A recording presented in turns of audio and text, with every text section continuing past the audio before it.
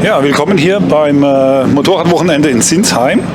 Wir sind hier, man hört es natürlich hier im Hintergrund sehr laut, alles was zwei Räder hat, ist hier vertreten. Das heißt, morgen ist Tag der Harley, also wer noch Lust hat, kann gerne vorbeikommen. Mir zeige hier euch Mofa-Mopeds. Ich muss sagen, hier auf dem Platz sind um die 100, 150 Mofa-Mopeds, Kreidler, Zündapp etc. Alles, was so das Herz begehrt. Ja, kommt vorbei für Gespräche mit uns oder auch hier, wie gesagt, auf der Händlermeile. Immer sehr interessant. Nächste Woche sehen wir uns auf der Veterama. Da ist wie immer unser Platz vor der Halle. Da freuen wir uns wirklich auf riesen Beziehungsgespräche mit euch.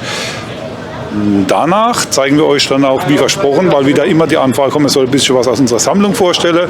Machen wir weiter mit unserem AME-Jobber, den wir euch dann übernächste Woche Sonntag vorstellen, im Detail, wie wir dazu gekommen sind, was die Geschichte hinter dem Fahrzeug ist, etc. So, das war jetzt eine kleine Kurzinfo hier von Mr.Moped. Ich führe euch jetzt mal ein bisschen hier rum und zeige euch mal, was hier auf dem Platz so los ist. Wir hören uns, euer Mr.Moped aus der Moped-Garage.